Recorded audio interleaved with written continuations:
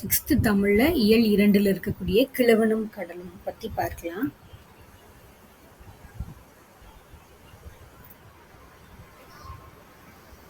கிழவனும் கடலும் the old man and the சீ இந்த புக்கை எழுதினவர் யாருன்னா எர்னஸ்ட் ஹெமிங்வே. இவர் 1954 இந்த நூலுக்காக அவருக்கு நோபல் பரிசு வழங்கப்பட்டது. 1954 நோபல் பரிசு வழங்கப்பட்டது. இந்த ஆங்கில புதினம் தமிழ்ல படக்கதையா வெளியிட்டிருக்காங்க. கிழவனும் கடலும் the old man and the sea. 1954 Ernest ஹெமிங்வேக்கு நோபல் பரிசு வழங்கப்பட்டிருக்கு. இந்த கதையில என்ன இருக்கும் அப்படின்னா, இந்த கதையோட நாயகன் பேரு சாண்டியாகோ. இவர் ஒரு வயசு முதிர்ந்த மீனவர். இவர் கூட 84 days 84 நாட்களா கூட ஒரு பையன் போறான். அந்த பையன் 84 நாளா இவருக்கு மீன் எதுவுமே கிடைக்கல. இவர் கூட ஒரு பையன் போறான். அந்த பையன் பேரு மனோலின். அந்த மனோலின் மீன் பிடிக்க கத்துக்கிறதுக்காக கூட போறான். ஸோ ஃபர்ஸ்ட் 40 நாளுக்கு அவர் கூட போறான். மொத்தம் அவர் 84 நாளா அவருக்கு மீன் எதுவும் சிக்கல. 40 நாள் அவர் கூட மீன் பிடிக்க கத்துக்கிறதுக்காக மனோலின் போறான். மீன் எதுவுமே கிடைக்கலங்கிறதுனால அவங்க பேரண்ட்ஸ் 40 நாள் கழிச்சு அவங்களோட பெற்றோர்கள் வேற படகுக்காரங்களோட அனுப்பி விட்டுறாங்க. இவர் தனியா தான் மீன் பிடிக்க போறாரு. இன்னைக்கு 85வது நாள். இவரும் மீன் பிடிக்க ரொம்ப ட்ரை பண்ணுவாரு. ஆனா இன்னைக்கு பேச்சு துணைக்கு கூட மனோலின் இல்லை அப்படின்னு நினைச்சுப்பாரு. அப்புறம் இவர் வயசானனால இவராலையும் கொஞ்சம் மீன் பிடிக்க இவருக்கு கஷ்டமா இருக்கும். ஆனாலும் தூண்டல சிக்கிருக்கும். அதை இவரும் இழுக்க ரொம்ப ட்ரை பண்ணுவாரு. நடுவில் கொஞ்சம் சோர்ந்து போயிடுவாரு.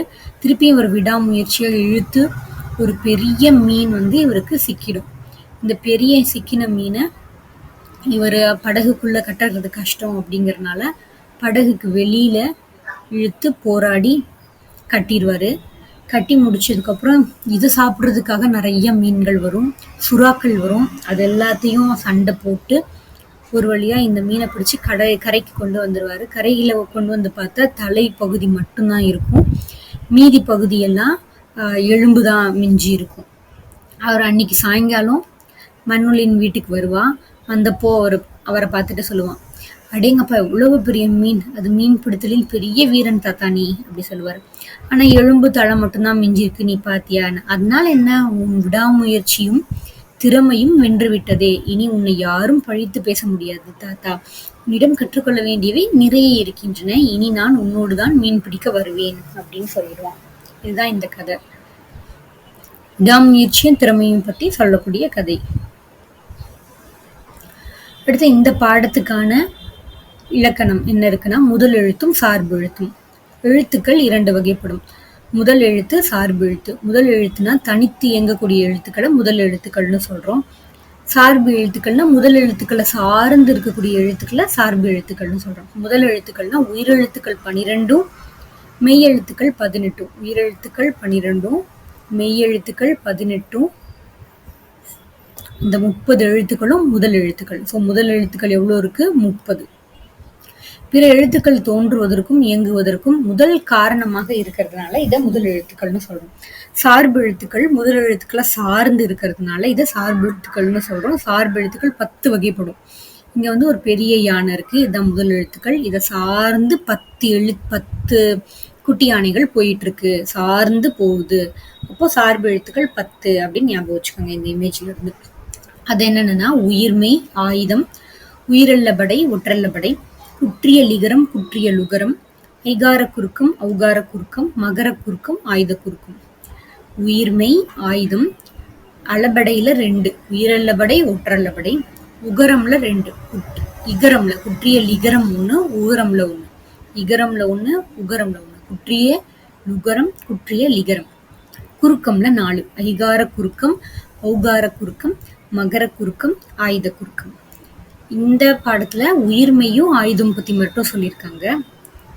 உயிர்மெய்னா மெய்யெழுத்துக்களும் உயிரெழுத்துக்களும் சேர்ந்து வர்றதுதான் உயிர்மெய் எழுத்துக்கள். உயிர்மெய் எழுத்தோட ஒளி வடிவம் மெய்யும் உயிரும் சேர்ந்துதான் இருக்கும். வரி வடிவம் எப்படி இருக்கும்? மெய்யெழுத்த ஒத்தே இருக்கும்.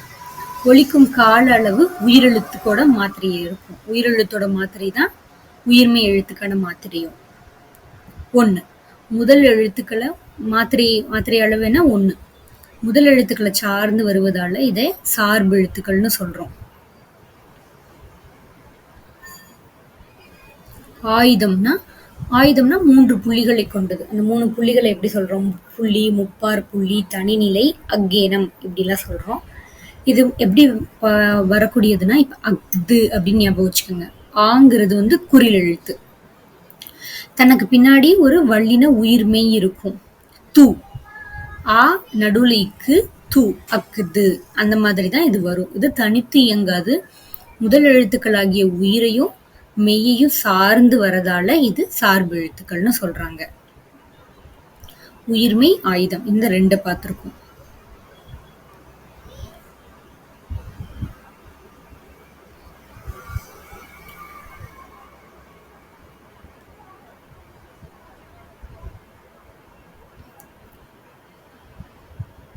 பாருங்க, முதல் எழுத்துக்கள் மட்டும் இடம்பெறும் சொற்கள்.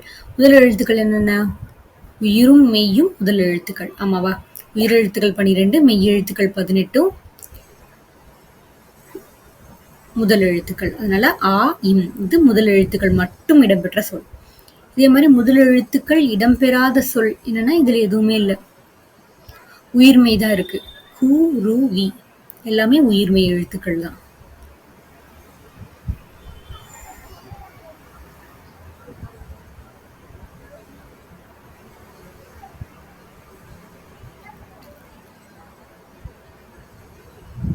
பாருங்க, தொடர்களை பிரித்து 2 தொடர்களா எழுதணும். அப்போ அவங்க காரணத்தோட கொடுத்தத நம்ம பிரிச்சு எழுதணும். பல நாள்களாக மழை பெய்யாததால் ஆதலால் பயிர்கள் வாடின அப்படின்னு அவங்க சேர்த்து எழுதுறாங்க. இதை நம்ம 2 தொடர்களா எழுதணும். எப்படி? மழை பெய்யல, பயிர் வாடிச்சு. அதே மாதிரிதான் அடுத்தது, கபிலன் வேலை செய்ததால் களைப்பாக இருக்கிறான். அப்ப இதே 2ஆ பிடிக்கணும். கபிலன் வேலை செய்தான், களைப்பாக இருக்கிறான். 2. இலக்கியா இனிமையாக பாடியதால் பரிசு பெற்றாள். இந்த காரணத்தை வருதுல, பெய்யாததால், செய்ததால், பாடியதால், இந்த இடத்துலதான் நம்ம பிரிக்கணுங்கிறத தெரிஞ்சுக்கணும். இலக்கியா இனிமையாக பாடினால் பரிசு பெற்றாள் அப்படின்னு 2 தொடர்களா எழுதணும். காரணம் வரக்கூடிய போர்ஷன்ல தான் பிரிக்க தெரிஞ்சுக்கணும். அடுத்த, பறந்து விரிந்து இருப்பதாக கடலுக்கு என்ன பேரு? இந்த பறவைனா பறக்கிற பேர்டுன்னு வந்துடும். இந்த பறவை தான் கரெக்டான. கடலுக்கு இன்னொரு பெயர் பறவை. இந்த பறவை. இலக்கிய மன்ற விழாவின் முகிலன் சிறப்பான என்ன ஆற்றினாரு? சொற்பொழிவு. இந்த உரைக்கு பேரு தான் சொற்பொழிவு. இந்த உரைக்கு பேரு, இதுதான் கரெக்டான பதில். இந்த உரைக்கு பேரு கவர். அந்த மாதிரி. முத்து தம் டேஸ் காரணமாக ஊருக்கு சென்றார். வேலை காரணமாக ஊருக்கு சென்றார். இந்த 3 சுழி நீ போட்டு வர்றதுக்கு பேர் தான் வேலை. இந்த பணிக்கு கால மாற்றத்தை சொல்லக்கூடியது. காலநிலையை சொல்லக்கூடிய பனி ஒழுகுது சொல்றோம்ல, பனிக்காலம். அந்த இது. கலைமகள் தன் வீட்டு தோட்டத்தை பார்க்க வருமாறு தோழியை அழைத்தாள். இதுல என்ன வரும்? இந்த அழைத்தாள் தான் வரும். இந்த அழைத்தாள் தான் சொன்னாங்கிறது. இந்த அழைத்தாளுக்கு என்ன பேருன்னா அலக்கழிச்சாங்கிறதுக்கு பேரு. புல் என்பதன் வேறு பெயர். புல்னா இன்னொரு பேர் என்னன்னா பறவை. பறவைகள் இடம்பெயர்தல நம்ம என்ன சொல்லுவோம்? வலசை போதல். சரணாலயம் என்பதன் வேறு பெயர் புகலிடம். அப்புறம் வரிசை மாறியுள்ள சொற்களை சரியான வரிசையில் அமைத்து எழுதணும். இளங்கோவடிகள் காப்பியத்தை என்னும் இயற்றியவர் சிலப்பதிகாரம். இளங்கோவடிகள் சிலப்பதிகாரம் என்னும் காப்பியத்தை இயற்றியவர். மனிதன் உலகில் இல்லாத பறவை வாழ முடியாது. மனிதன் இல்லாத உலகில் பறவை வாழ முடியாது. சாரி, தப்பு. பறவை இல்லாத உலகில் மனிதன் வாழ முடியாது. அதுதான் கரெக்ட். மிகப்பெரிய சாண்டியாகோ மீனை பிடித்தார். சாண்டியாகோ மிகப்பெரிய மீனை பிடித்தார். மனிதர் இந்தியாவின் டாக்டர் சலீம் அலி பறவை. இந்தியாவின் பறவை மனிதர் டாக்டர் சலீம் அலி. இது ஒரு தடவை கிராஸ் செக் பண்ணிக்கலாம். பறவை இல்லாத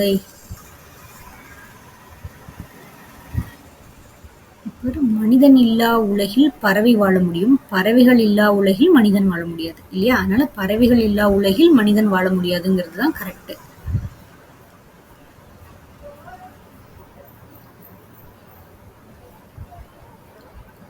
அப்போ இதுக்கு என்ன வரும்?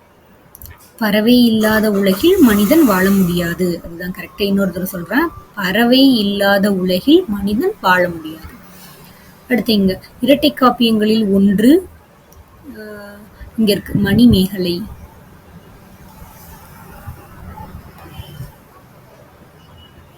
சாரி, எனக்கு சரியா போட வரல. மணிமேகலை. முதல் எழுத்துக்களின் எண்ணிக்கை 30. இங்க இருக்கு 30. திங்கள். திங்களை எப்படி சொல்லலாம்? நிலவு. நான் அண்டர்லைன் பண்றேன், சர்க்கிள் பண்றதை விட. நிலவு. சத்திமுத்தி புலவரால் பாடப்பட்ட பறவை நாரை. நாரை. செங்கால் நாரை. இங்க ஃபுல்லா இருக்கு. செங்கால் நாரை. நாராய் நாராய் செங்கல் நாராய்ன்னு பாடினார் இல்லையா, அதனால செங்கால் நாரை. பாரதியார் டேஷ் வேண்டும். டேஷ் வேண்டும். காணி நிலம். காணி நிலம் வேண்டும் பராசக்தி அப்படின்னு தானே பாடினாரு, அதனால காணி நிலம். ஆயுத எழுத்தின் வேறு பெயர். முப்பார் புலி, தனிநிலை, இந்த மாதிரி பார்த்தோம் இல்லையா. என்ன பேர் இங்க இருக்கு பாக்ஸ்லன்னு பாருங்க. தனிநிலை இருக்கு. தனிநிலை. அடுத்த இந்த கலை சொற்கள் மெயினா தெரிஞ்சுக்கணும், அப்பதான் உங்களுக்கு டிரான்ஸ்லேஷன்லயும் ஈஸியா இருக்கும். கண்டம், கான்டினென்ட். வலசைனா மைக்ரேஷன். தட்பவெப்பநிலை, கிளைமேட். புகலிடம், சாங்சுவரி. இதுதான் சரணாலயத்துக்கூட இன்னொரு பேர்னு பார்த்தோம். வானிலை, வெதர். புவியீர்ப்பு புலம், கிராவிடேஷனல் ஃபீல்டு. அடுத்த திருக்குறள். உலக பொதுமறைன்னு சொல்லக்கூடிய நூல் திருக்குறள். திருக்குறளை எழுதினவர் திருவள்ளுவர் தெரியும். இதுல நமக்கு ஒவ்வொரு அதிகாரத்துல இருக்கக்கூடிய பாடல்கள் கொடுத்திருக்காங்க. கடவுள் வாழ்த்து. கடவுள் வாழ்த்துல அகர முதல எழுத்தெல்லாம் ஆதி பகவன் முதற்றே உலகு. ஆ அப்படிங்கிற அகரமே எழுத்துக்களுக்கு தொடக்கம். அது போல ஆதி பகவன் தான் உலகுக்கு தொடக்கம் அப்படி சொல்றாங்க. அடுத்து வான் சிறப்பு. இப்ப மழையை பத்தி சொல்லணும். விண்ணின்று பொய்ப்பின் விரிநீர் வியனுலகத்து உள்நின்று உடற்றும் பசி. மழை உரிய காலத்துல பெய்யாது போனா உலகத்து உயிர்கள் எல்லாம் பசியால துன்புறும். கெடுப்பதுவும் கெட்டாருக்கு சார்வாய் மற்றாங்கே எடுப்பதுவும் எல்லாம் மழை. உரிய காலத்துல மழை பெய்யாது போச்சுன்னா அப்படி கெடுக்கக்கூடியதும் மழைதான். உரிய காலத்துல பெஞ்சு காக்கக்கூடியதும் மழைதான். அடுத்து நீத்தார் பெருமை பற்றி சொல்லுது. செயற்கரிய செய்வார் பெரியர், சிறியர் செயற்கரிய செய்களாதார். முடியாத வேலையையும் முடிச்சு காட்டக்கூடியவங்க தான் பெரியோர்கள், ஆன்றோர்கள். முடியாது இப்படின்னு சொல்றவர் யாருன்னா சிறியவர்கள். அடுத்த மக்கட்பேறு. தம்மின் தம் மக்கள் அறிவுடைமை. மாநிலத்து மண்ணுயிர்க்கு எல்லாம் இனிது. தம்மை விட தம் பிள்ளைகள் அறிவுடையவராய் இருந்தால் அதுவே பெற்றோர்களுக்கு மகிழ்ச்சி. அடுத்து ஈன்ற பொழுதின் பெரிது உவக்கும் தன் மகனை சான்றோன் என கேட்ட தாய். தம் பிள்ளையின் புகழை கேட்ட தாய் பெற்றெடுத்த போது அடைந்த மகிழ்ச்சியை விட பெருமகிழ்ச்சி அடைவாள். அன்புடைமை. அன்பிலார் எல்லாம் தமக்கு உரியர். அன்புடையார் என்பும் உரியர் பிறர்க்கு.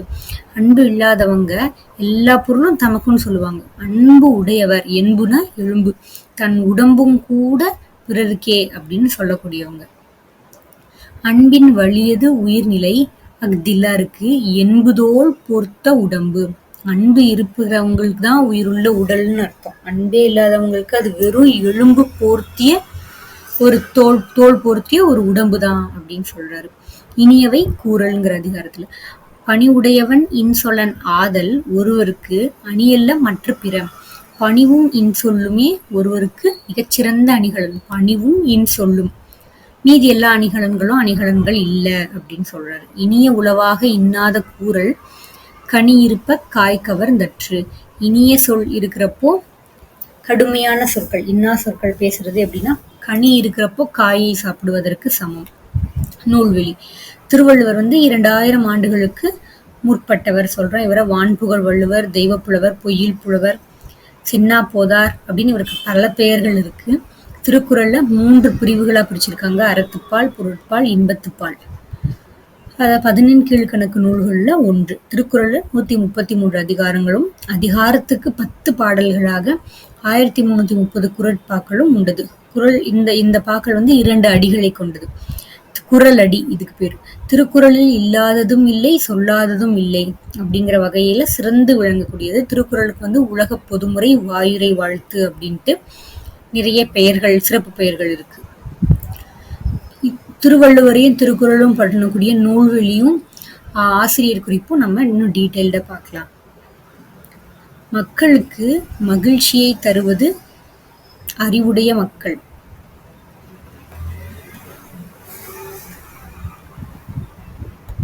ஒருவருக்கு சிறந்த அணி இன்சொல்.